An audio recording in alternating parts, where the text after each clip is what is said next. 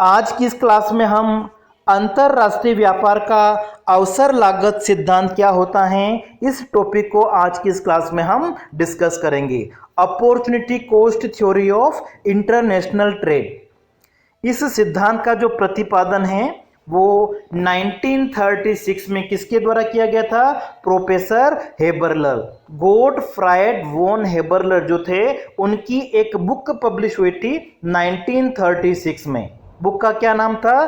The theory of international trade. इस book में उन्होंने अंतरराष्ट्रीय व्यापार के बारे में जो अपने विचार दिए थे उनको एक तरह से क्या कहा जाता है? अंतरराष्ट्रीय व्यापार का अवसर लागत सिद्धांत। मतलब अंतरराष्ट्रीय व्यापार को स्पष्ट करने के लिए उन्होंने क्या किया था?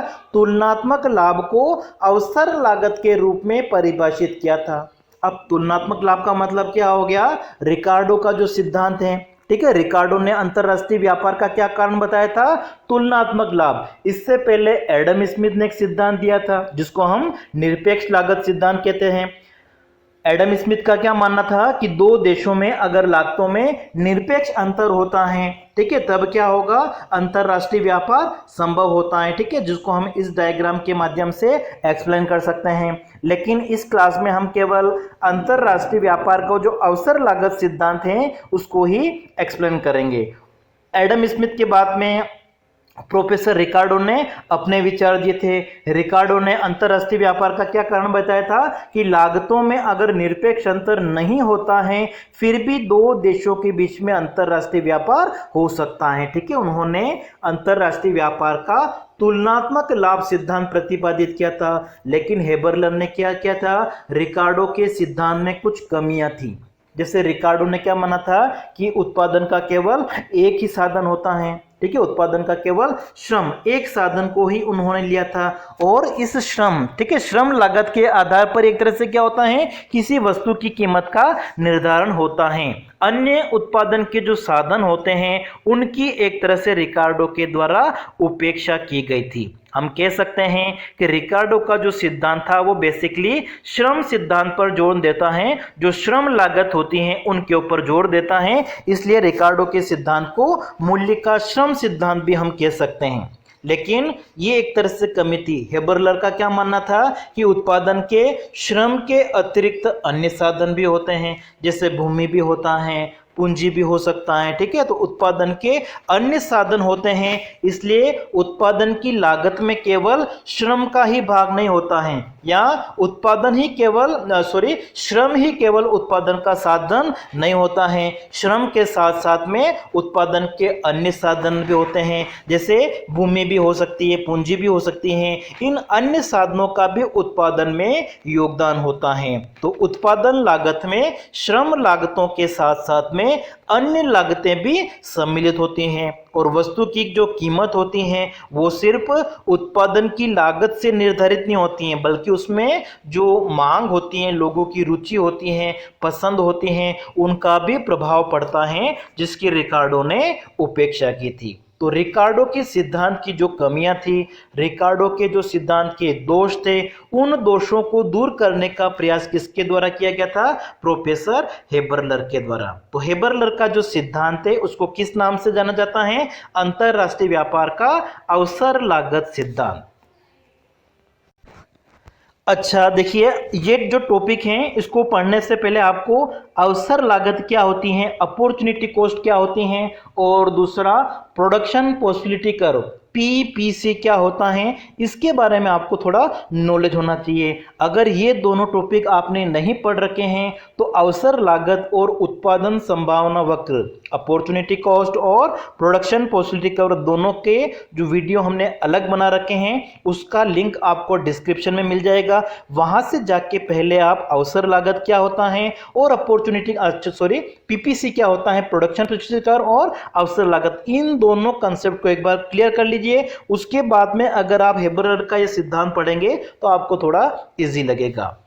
देखिए, अवसर लागत का मतलब क्या होता है, उत्पादन के जो संसाधन होते हैं वो किसी अर्थव्यवस्था के पास में सीमित होते हैं। यदि किसी एक वस्तु का उत्पादन बढ़ाना होता है तो क्या, जैसे एक्स वस्तु का या वाई वस्तु का अगर उत्पादन बढ़ाना है तो ऐसी स्थिति में क्या करना पड़ेगा, दूसरी वस्तु जिसका अर्थव्यवस्था में उत्पादन हो रहा है, माना कि दो वस्तुएं हैं अर्थव्यवस्था में, एक्स और वाई वस्तु का जो दिए हुए तकनीकी ज्ञान है, संसाधन है, उनका प्रयोग करके कोई देश दो वस्तुओं एक्स और वाई का उत्पादन कर सकता है। अब माना कि वो देश चाहता है कि अपने यहाँ पे वाई वस्तु का उत्पादन क्या हो, बढ़े, तो वाई वस्तु का उत्पादन बढ़ाने के लिए उसको क्या करना पड़ेगा, जो एक्स वस्तु के उत्पादन में संसाधन लगे हुए हैं उन संसाधनों को क्या करना पड़ेगा, उसको वाई वस्तु के उत्पादन में लगाना पड़ेगा। मतलब एक्स वस्तु के उत्पादन में जिन संसाधनों का प्रयोग किया जा रहा है उन संसाधनों को यहां से हटा के वाई वस्तु के उत्पादन में लगाना पड़ेगा, जिससे कि वाई वस्तु का उत्पादन क्या हो जाए, बढ़ जाए। और जब उत्पादन के साधनों को एक्स वस्तु से हटाया जाएगा तो एक्स वस्तु का उत्पादन क्या होगा, एक तरह से कम होगा। तो वाई वस्तु का उत्पादन बढ़ाने के लिए या वाई वस्तु के उत्पादन की जितनी मात्रा बढ़ती है उससे एक्स वस्तु के उत्पादन में जितनी मात्रा की कमी आती है या जितनी मात्रा का त्याग करना पड़ता है उससे हम क्या कहते हैं, अवसर लागत कहते हैं। और इसको हम इस तरीके से लिख सकते हैं, ठीक है, delta y upon delta x, मतलब एक्स वस्तु के उत्पादन की मात्रा में कितनी कमी हुई है वो आपका डेल्टा एक्स है, और डेल्टा वाई का मतलब वाई वस्तु की मात्रा में कितनी वृद्धि हुई है। क्यों, क्योंकि उत्पादन के संसाधनों को एक्स वस्तु से हटा के वाई वस्तु में लगाया गया है। तो वाई वस्तु का उत्पादन करने की अवसर लागत क्या होती है, जो एक्स वस्तु की मात्रा त्याग की जाती हैं या सेक्रीफाइस की जाती हैं, कम की जाती हैं, ठीक है, जिसके बारे में आप डिटेल में इस अवसर लागत का जो कंसेप्ट है उसमें आप देख लीजिएगा।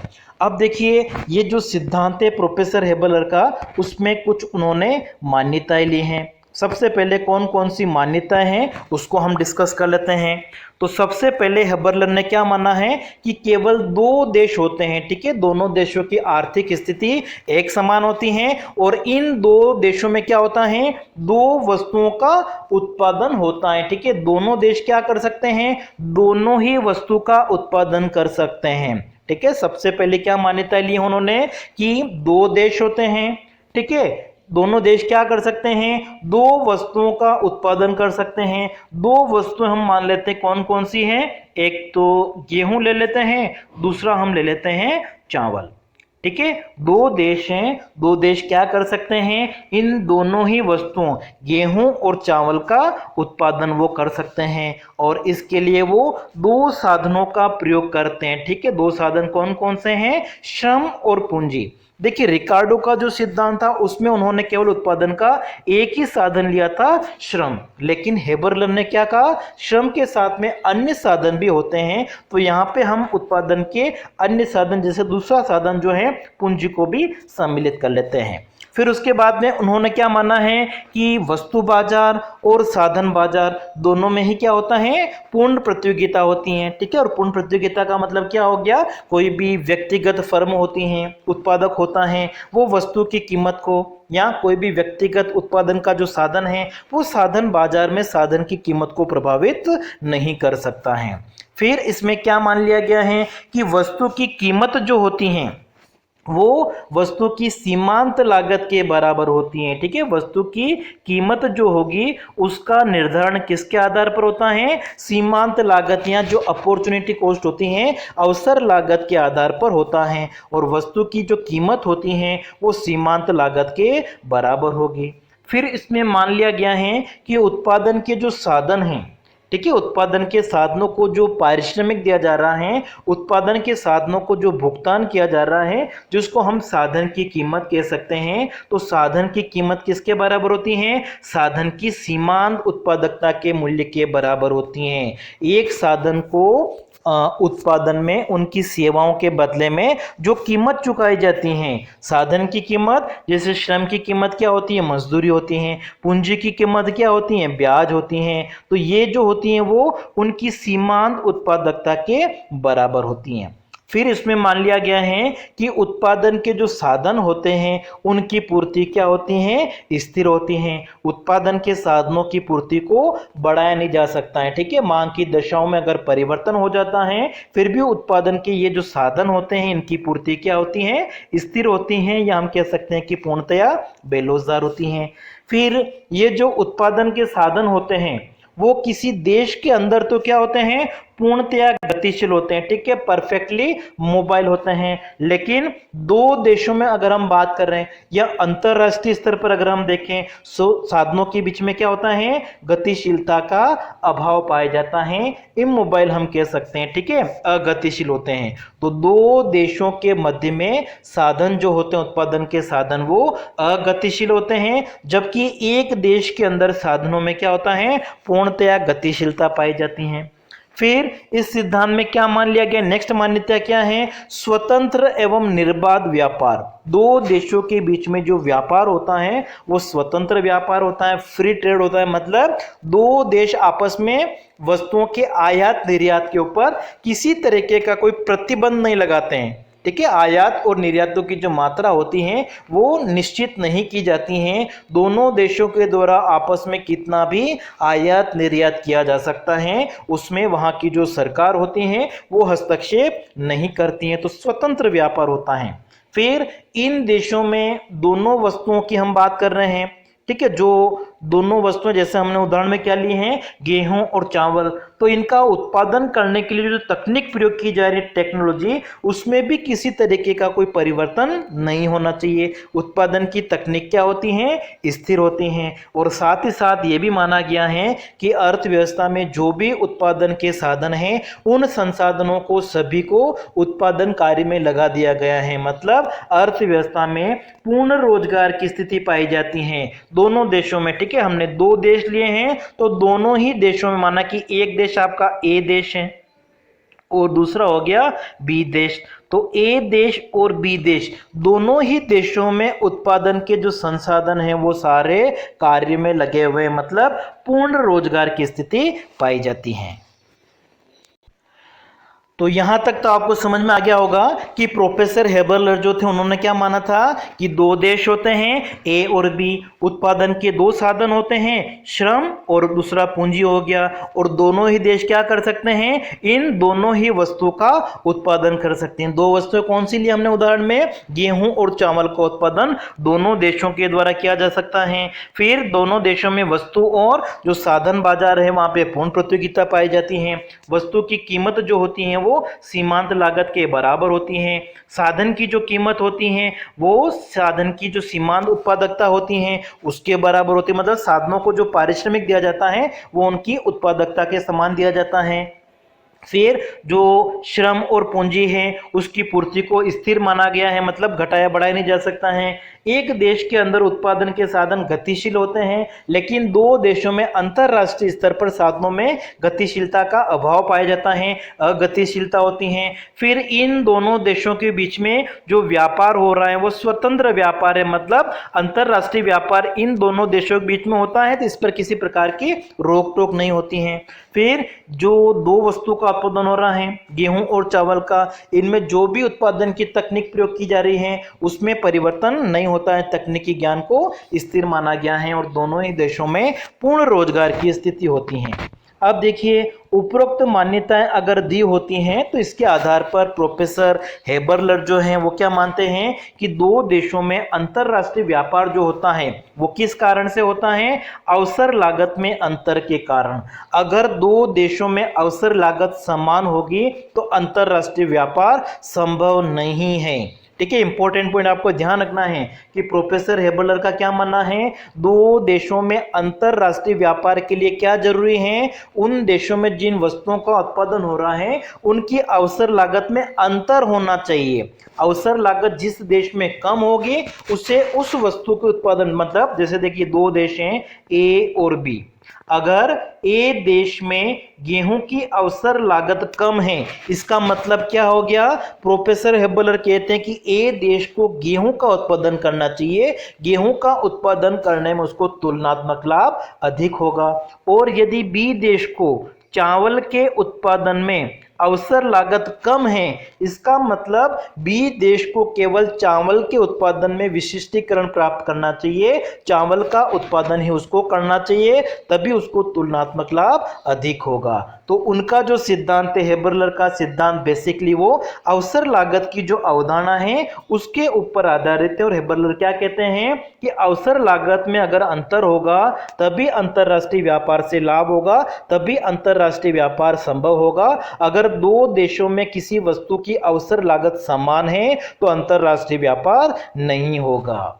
ठीक है, अब देखिए उन्होंने क्या किया था, रिकार्डो ने केवल श्रम को मानना था, लेकिन इन्होंने श्रम के साथ साथ में उत्पादन के जो अन्य साधन हैं, भूमि, पूंजी, इनको भी उत्पादन में इनका भी एक तरह से योगदान माना है। और इसीलिए उत्पादन की जो लागत होती हैं वो श्रम लागत के साथ साथ में अन्य लागतें जैसे कि भूमि का किराया हो गया, पूंजी का ब्याज हो गया, इसको भी वो सम्मिलित करते हैं।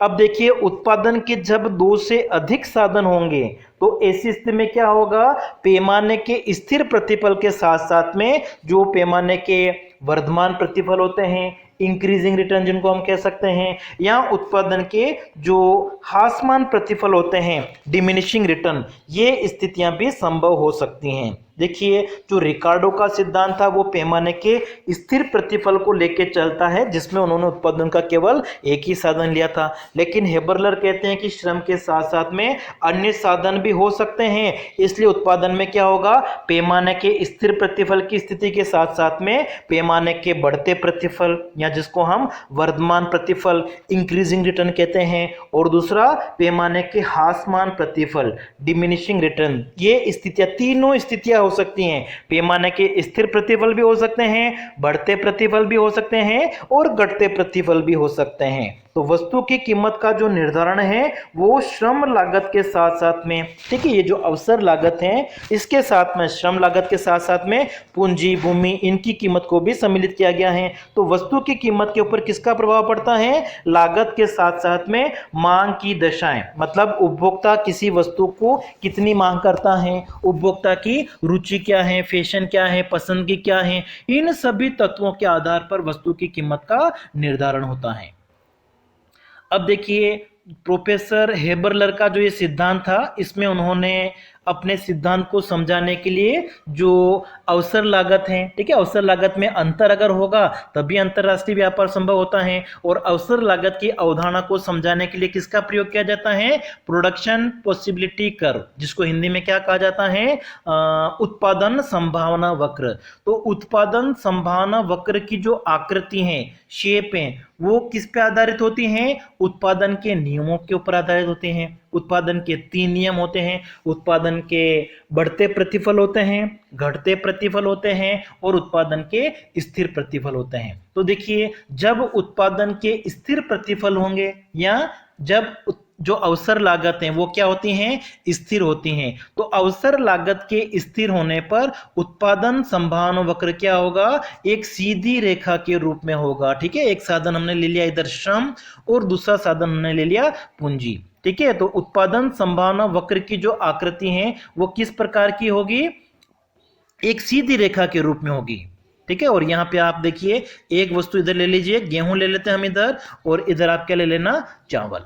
ठीक है, तो दूसरी स्थिति है कि अगर अवसर लागत घटती हुई है, घटती हुई अवसर लागत का मतलब क्या हो गया, पैमाने के बढ़ते प्रतिफल, और पैमाने के बढ़ते प्रतिफल की स्थिति में जो उत्पादन संभावना वक्र है उसका आकार कैसे होगा, नीचे की ओर गिरता हुआ। ठीक है, जिसको हम कह सकते हैं उत्तल।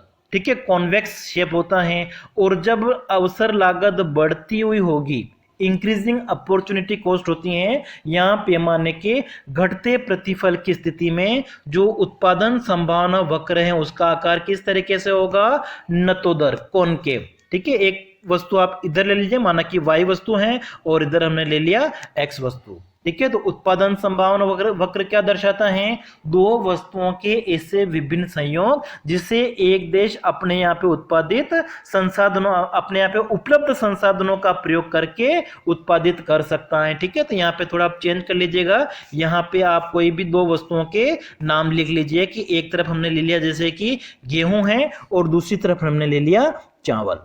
तो उत्पादन संभावना वक्र का आकार कैसा होता है? स्थिर अवसर लागत दशा में नीचे की ओर गिरता हुआ ऐसे एक सीधी रेखा के रूप में होगा।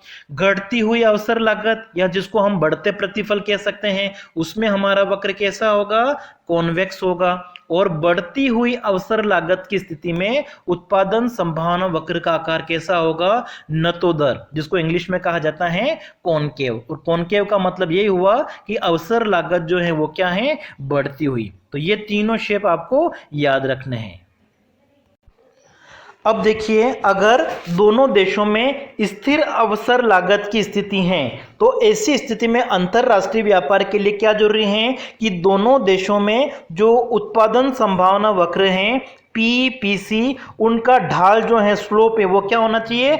अलग अलग होना चाहिए, भिन्न होना चाहिए। एक इंपॉर्टेंट बात आपको ध्यान रखनी है कि दो देशों में अगर उत्पादन संभावना वक्र का ढाल पैरेलल हैं, एक दूसरे के समांतर हैं, तो ऐसी स्थिति में क्या होगा? उन देशों के बीच में अंतरराष्ट्रीय व्यापार नहीं होगा। एग्जाम में ऐसा क्वेश्चन पूछा जाता है कि अगर दो देशों के मध्य में या दो देशों की जो अवसर लागत है जो उनका उत्पादन संभावना वक्र का ढाल कैसा है? एक दूसरे के समानांतर हैं, पैरेलल हैं। तो समानांतर होने का मतलब क्या हो गया? हेबरलर के अनुसार अंतरराष्ट्रीय व्यापार नहीं होगा। दो देशों के बीच में अंतरराष्ट्रीय व्यापार जो है वो कब होगा? जब दोनों देशों के पीपीसी, प्रोडक्शन पॉसिबिलिटी कर्व, जो उत्पादन संभावना वक्र का ढाल है वो क्या होना चाहिए? अलग अलग होना चाहिए। ठीक है, अलग अलग का मतलब जैसे देखिए, एक देश का ये है उत्पादन संभावना वक्र, दूसरे देश का ये है। ठीक है, दोनों ही देशों में क्या हो गया? स्थिर लागत है। अगर दूसरी स्थिति हमारी ऐसी भी हो सकती है, ठीक है, एक देश का उत्पादन संभावना वक्र ये है और दूसरे देश का उत्पादन संभावना वक्र ये है, ऐसा भी हो सकता है। या फिर उत्पादन संभावना वक्र की जो स्थिति है देखिए ऐसी भी हो सकती हैं। यहाँ पे अगर हम देखें तो ढाल में थोड़ा सा अंतर है, मतलब एक दूसरे के पैरेलल नहीं होना चाहिए। अगर दोनों देशों के जो उत्पादन संभावना वक्र एक दूसरे के समानांतर हैं तो अंतरराष्ट्रीय व्यापार नहीं होगा। जब दोनों देशों के जो उत्पादन संभावना वक्र हैं पीपीसी, उनका ढाल अगर अलग अलग होता है तो ऐसी स्थिति में क्या होगा?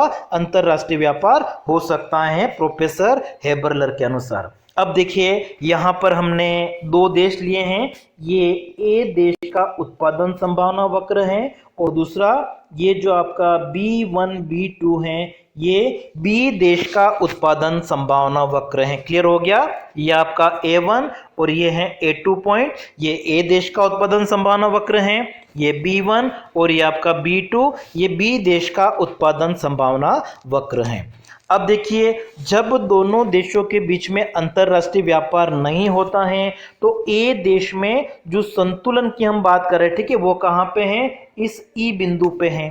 ठीक है, इस ई बिंदु पर उत्पादन संभावना वक्र का ढाल जो हम MRT के द्वारा मापते हैं, ठीक है, तो MRT का जो ढाल है वो समुदाय का जो इंडिफरेंस वक्र है, तटस्थता वक्र है, वो उसका ढाल कहाँ पे बराबर है? इस ई बिंदु पर बराबर है। और तटस्थता वक्र के ढाल को हम किसके द्वारा प्रदर्शित करते हैं? PX/PY के बराबर। तो इस ई बिंदु पर, ठीक है, यहाँ पे हम एक घरेलू विनिमय अनुपात रेखा भी खींच सकते हैं, लेकिन मैंने यहाँ पे थोड़ा नहीं बना रखा है। तो ई बिंदु पर अगर हम देखें तो जो इंडिफरेंस कर्व है उसका ढाल और जो पीपीसी कर्व है उन दोनों का ढाल कहाँ पे बराबर है? इस ई बिंदु पर। इसका मतलब क्या हो गया? ए देश का जो संतुलन है व्यापार से पहले की हम बात कर रहे हैं वो कहाँ पे है? इस ई बिंदु पर है। इसी तरीके से बी देश की अगर हम बात कर रहे हैं तो बी देश का ये उत्पादन संभावना वक्र है और ये तटस्थता वक्र है बी देश का। जो एफ बिंदु पर अगर हम देखें, इस बिंदु पर, इस एफ बिंदु पर क्या है? बी देश का संतुलन है और इस ई बिंदु पर क्या है? ए देश का संतुलन है। मतलब उपभोग और उत्पादन के जो उच्चतम स्तर हो सकते हैं उसको व्यक्त करते हैं। क्लियर हो गया? जब दो देशों के बीच में व्यापार नहीं होता है उस स्थिति में हमने संतुलन की बात कही है। इस एफ बिंदु पर भी क्या है? MRT बराबर है PX/PY के। ठीक है। P X upon P Y क्या होता है, इस इंडिफरेंस कर्व का स्लोप होता है, तटस्थ वक्र का ढाल होता है। और एम आर टी क्या होता है, ये जो हमारा पीपीसी वक्र है, ठीक है, उत्पादन संभावना वक्र है, उसका ढाल है। और संतुलन के लिए क्या जरूरी होता है, एम आर टी बराबर होना चाहिए P X upon P Y के। तो इस ई बिंदु और एफ बिंदु पर ये जो संतुलन की हमारी शर्त है वो पूरी होती हैं, इसलिए बी देश जो संतुलन की स्थिति में वो कहाँ पे है, इस एफ बिंदु पर है। और ए देश जो है वो संतुलन की स्थिति में कहाँ पे है, ई बिंदु पर है। अब देखिए, अगर दोनों देशों के बीच में व्यापार होता है तो व्यापार जो होगा वो इसका निर्धारण किसके आधार पर होगा, व्यापार शर्त की जो रेखा होती है, या जिसको हम अंतरराष्ट्रीय कीमत रेखा भी कह सकते हैं। और अंतरराष्ट्रीय कीमत रेखा जो है ये आपका जो घरेलू विनिमय अनुपात है उसी के अंदर हो सकती हैं, उसके बाहर नहीं होगी। इसलिए जो व्यापार की शर्त रेखा या अंतरराष्ट्रीय कीमत रेखा को खींचने के लिए हम क्या करते हैं, इस A2 बिंदु को इस B1 बिंदु से मिला देते हैं। तो ये जो रेखा बनी है ये आपकी कौन सी रेखा होगी, व्यापार शर्त रेखा या अंतरराष्ट्रीय कीमत रेखा। इसी के अनुसार दोनों देश क्या करेंगे, व्यापार करेंगे। और इस डायग्राम में अगर हम देखें तो क्या प्रदर्शित करता है डायग्राम, इसमें हमने इस ओ एक्स अक्ष पर क्या लिया है, गेहूं के उत्पादन को लिया है। और दूसरी वस्तु आपकी ओ वाई अक्ष पर हमने क्या लिया है, राइस को लिया है, चावल को लिया है। अब देखिए ये जो डायग्राम है वो एक तरह से क्या बताता है कि जो ए देश है उसको क्या करना चाहिए, गेहूं के उत्पादन में विशिष्टीकरण प्राप्त करना चाहिए। ठीक है, ये देश को क्या करना चाहिए, गेहूं के उत्पादन में विशिष्टीकरण करना चाहिए। विशिष्टीकरण का मतलब क्या हो गया, ए देश अगर अपने समस्त संसाधनों को गेहूं के उत्पादन में लगा देता है तो उसको ज्यादा लाभ होगा। और बी देश जो है अगर अपने समस्त संसाधनों को चावल के उत्पादन में लगा देता है तो उसका जो लाभ है वो अधिकतम हो जाएगा। क्यों, क्योंकि ए देश में गेहूं की अवसर लागत कम है जबकि बी देश में चावल की अवसर लागत कम है। और जिस देश में अवसर लागत जिस वस्तु की कम होगी उस वस्तु का उत्पादन करने में उनको ज्यादा फायदा होगा। ठीक है, तो यहां पर अगर हम देखें तो ये जो डायग्राम है वो क्या प्रदर्शित कर रहा है, ए देश क्या करेगा, गेहूं के उत्पादन में विशिष्टीकरण प्राप्त करेगा, जबकि जो बी देश है वो एक तरह से क्या करेगा, चावल के उत्पादन में विशिष्टीकरण प्राप्त करेगा। ठीक है, और अंतरराष्ट्रीय व्यापार का जो निर्धारण है वो किसके आधार पर होगा, इस व्यापार शर्त की जो रेखा है इसके आधार पर होगा। मतलब संतुलन के लिए क्या जरूरी होगा, जब दो देशों के बीच में अंतरराष्ट्रीय व्यापार अगर होता है तो ये जो व्यापार शर्त रेखा है और जो पूरे समुदाय का इंडिफरेंस वक्र है, तटस्थ वक्र है, वो बराबर होना चाहिए। जब अंतरराष्ट्रीय व्यापार नहीं होता है तब हमने देखा था MRT बराबर होना चाहिए P X upon P Y के। लेकिन जब दो देशों के बीच में अंतरराष्ट्रीय व्यापार प्रारंभ हो जाता है तो संतुलन के लिए क्या जरूरी है, इस इंडिफरेंस कर्व का जो ढाल है, तटस्थ वक्र, सामुदायिक तटस्थ वक्र ही आपका, ठीक है, इसका जो ढाल है वो आपका क्या है, P X upon P Y है। और जो टर्म्स ऑफ ट्रेड, व्यापार शर्त की रेखा आपकी कौन सी है, इन दोनों का ढाल क्या होना चाहिए, बराबर होना चाहिए। तो व्यापार करने से क्या होगा, ए देश का जो संतुलन है वो ई बिंदु से E1 पर स्थापित हो जाएगा। ठीक है, ए देश का संतुलन व्यापार से पहले कहां पे था, ई बिंदु पे था। लेकिन दोनों देशों में अगर व्यापार होता है तो नया संतुलन स्तर कहां पे आ जाएगा, E1 बिंदु पर आ जाएगा, जहां पे व्यापार शर्त की हमारी जो ये रेखा है उसका ढाल और आईसी वक्र, ठीक है, ये जो तटस्थ वक्र है या जिसको हम समुदाय का अनधिमान वक्र भी कह सकते हैं, उसका ढाल दोनों का बराबर है। ठीक है, तो ए देश का संतुलन कहां पे होगा, इस E1 बिंदु पे होगा। इसी तरीके से बी देश का जो संतुलन है वो इस F बिंदु से ऊपर पहुंच के कहां पे आ जाएगा, इस F1 बिंदु पे आ जाएगा। तो ये आपका संतुलन हो गया किसका, ये ए देश का संतुलन है कहां पे, ई बिंदु पे। और F1 बिंदु पे किसका संतुलन होगा, बी देश को। मतलब बी देश क्या करेगा, ए देश क्या करेगा, तो ए देश को एक तरह से गेहूं के उत्पादन में विशिष्टीकरण प्राप्त करने से लाभ होगा और बी देश को चावल का उत्पादन में विशिष्टीकरण प्राप्त करने से लाभ होगा। अब देखिए ए देश को अगर हम यहाँ पे लाभ की बात कर रहे हैं तो ए देश का लाभ कितना है, E1 से लेकर M के बराबर, ठीक है, मतलब E1 से लेकर M के बराबर उसको ये जो राइस एंड चावल हैं वो ज़्यादा मिलेंगे अगर वो अंतर्राष्ट्रीय व्यापार करता है। और इसी तरीके से B देश का जो लाभ है वो कितना है, F1 से लेकर N तक, मतलब अंतर्राष्ट्रीय व्यापार से पहले उसको गेहूं का इतनी मात्रा मिलती है, ठीक है, लेकिन अंतर्राष्ट्रीय व्यापार से क्या होगा, उसको F1 से N के बराबर अब इतना गेहूं ज्यादा मिलता है। तो कहने का मतलब क्या है, अंतर्राष्ट्रीय व्यापार से दोनों ही देशों को लाभ हो रहा है। अब देखिए घटती हुई अवसर लागत, या जिसको हम पैमाने के बढ़ते प्रतिबल भी कह सकते हैं, मतलब जैसे जैसे उत्पादन की मात्रा बढ़ाई जाती है तो औसत लागत और सीमांत लागत क्या होती हैं, कम हो जाती हैं। मतलब बड़े पैमाने पर जो उत्पादन किया जाता है तो उससे आंतरिक और बाह्य बचतें प्राप्त होती हैं, ठीक है, जिसकी वजह से क्या होता है, औसत लागत और सीमांत लागत में कमी आती है। तो जब अवसर लागत घटती हुई होती हैं तो ऐसी स्थिति में अंतरराष्ट्रीय व्यापार से किस प्रकार का लाभ होगा उसको हम समझते हैं, ठीक है। हम सबसे पहले मान लेते हैं कि ये जो घटती हुई लागत है तो यहाँ पे पीपीसी कर्व जो बनेगा वो कैसा बनेगा, कॉन्वेक्स बनेगा, ठीक है, जिसको हम क्या कहते हैं, उत्तल आकार का, ठीक है। इस आकार का बनेगा उत्पादन संभावना वक्र, ठीक है, जब अवसर लागत क्या है, घटती हुई है। तो पैमाने के बढ़ते प्रतिफल या घटती हुई अवसर लागत की स्थिति में उत्पादन संभावना वक्र का आकार इस आकार का होगा, उत्तल, या जिसको हम कह सकते हैं कॉन्वेक्स कह सकते हैं, ठीक है। तो यहाँ पे ये जो आपका ए बिंदु है और ये आपका बी है, तो इस उत्पादन संभावना वक्र का पीपीसी का नाम क्या हो गया, ए बी उत्पादन संभावना वक्र।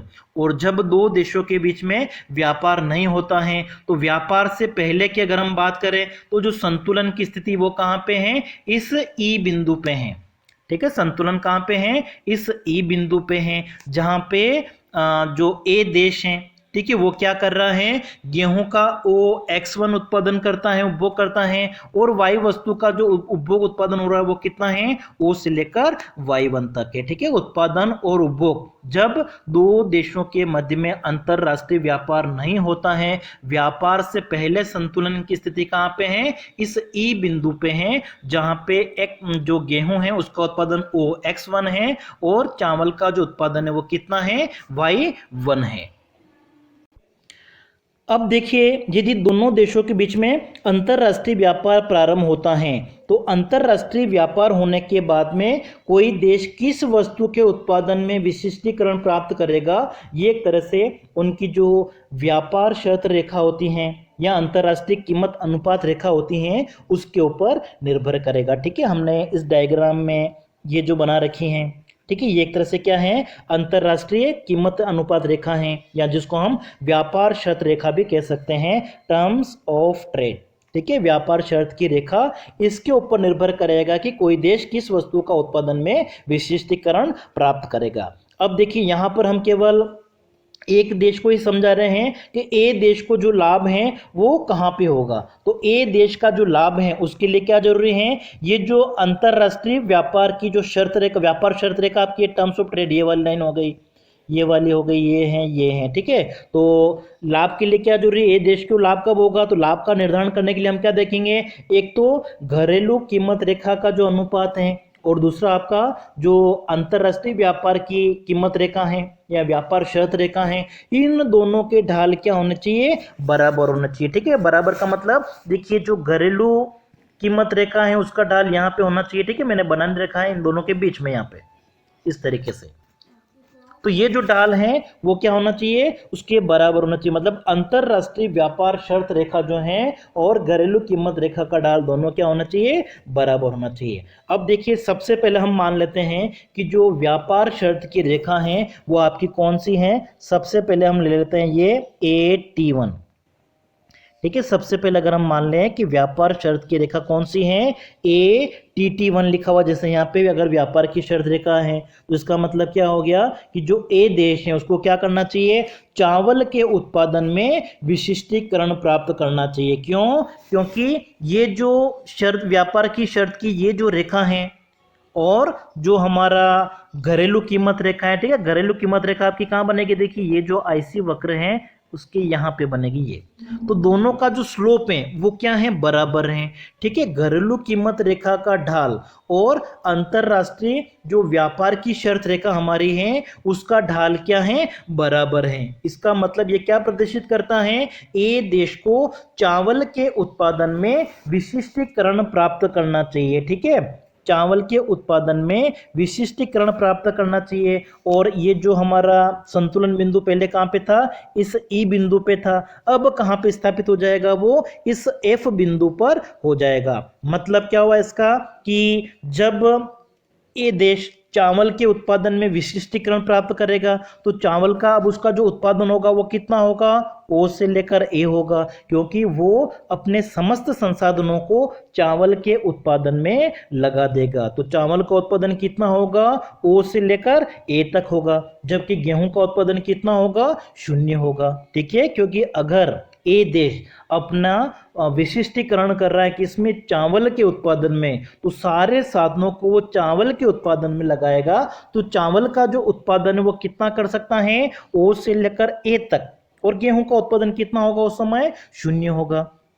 अब देखिए, अब जो संतुलन की स्थिति है वो कहां पे आ जाएगी, इस ई बिंदु से एफ बिंदु पर आ जाएगी। अब वो क्या करेगा, चावल का जो निर्यात करेगा वो कितना करेगा, इतनी मात्रा में निर्यात करेगा। ठीक है, ए से लेकर Y2 निर्यात करेगा, क्योंकि संतुलन की स्थिति पहले इस ई बिंदु पे थे, लेकिन अब कहां पे आ गई हैं, एफ बिंदु पे आ गई हैं। तो एफ बिंदु पे संतुलन का मतलब क्या हो गया, अब ए देश चावल के उत्पादन में विशिष्टीकरण प्राप्त करके चावल की इतनी मात्रा का वो निर्यात करेगा, और इस निर्यात मात्रा के बदले में गेहूं की जो मात्रा है, ठीक है, इतनी Y2 से लेकर F इतनी मात्रा का वो आयात करेगा। मतलब पहले के कंपैरिजन में उसको क्या हो रहा है, लाभ हो रहा है।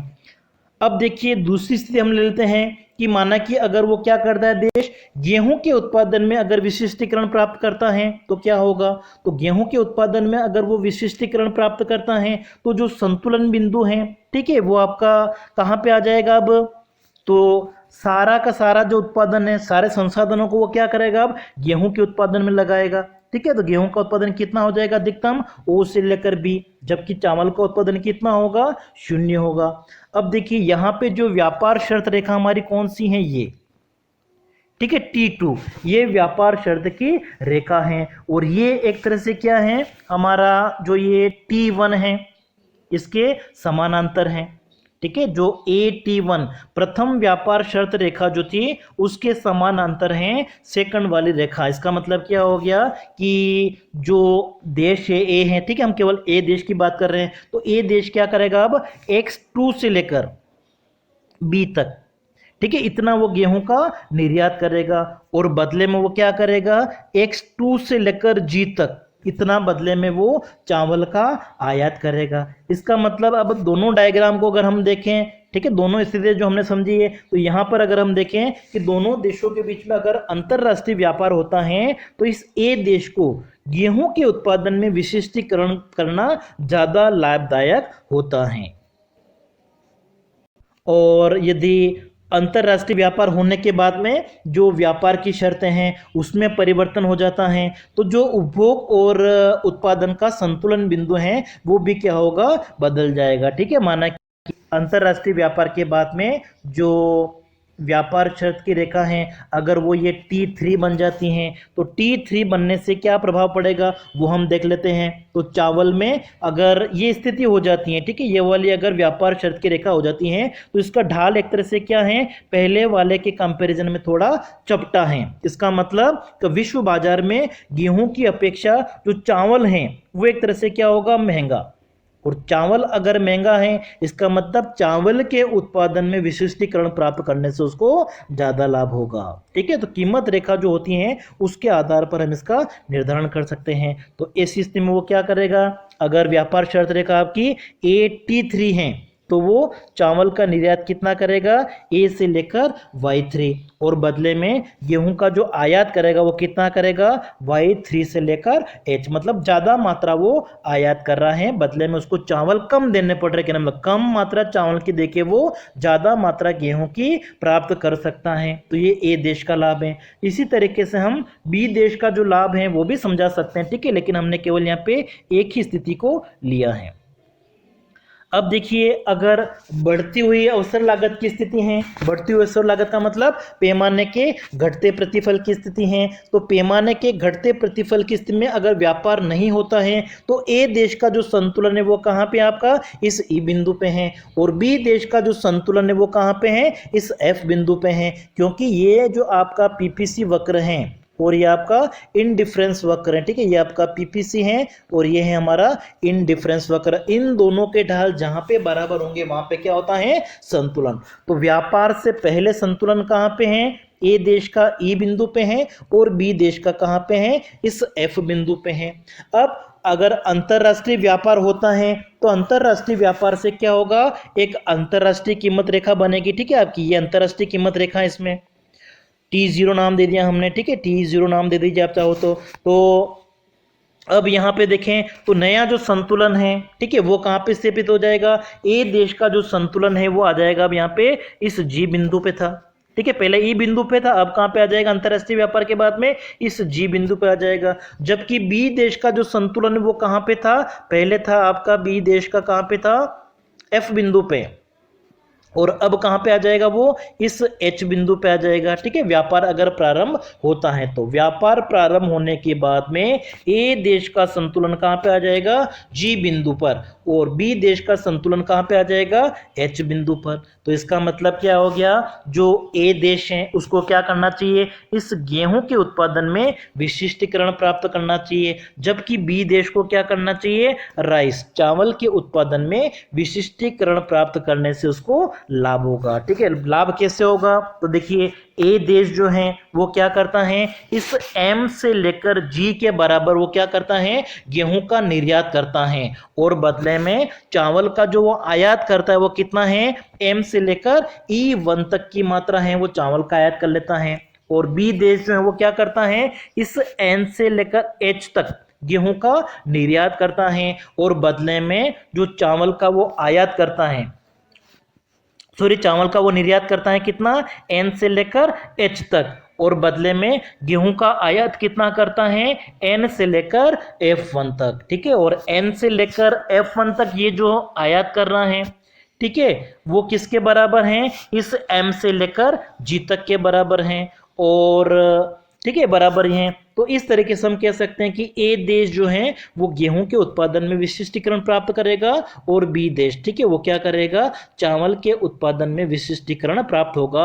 और यहाँ पर अगर हम देखें तो व्यापार के पश्चात क्या हो रहा है, दोनों ही देश, ठीक है, पहले देखिए उत्पादन संभावना वक्र ये था, और अब कहाँ पे आ गए, वो ऊंचे वाले पे आ गए। इसमें भी पहले इस एफ बिंदु पे था, अब इस F1 पे आ गया, मतलब अंतरराष्ट्रीय व्यापार के बाद में दोनों ही देश ऊंचे जो समुदाय के तटस्थ वक्र है उस पर पहुंच जाते हैं, मतलब आर्थिक कल्याण में एक तरह से वृद्धि होती है, ठीक है। तो ये अवसर लागत सिद्धांत है जो प्रोफेसर हेबरलर के द्वारा प्रतिपादित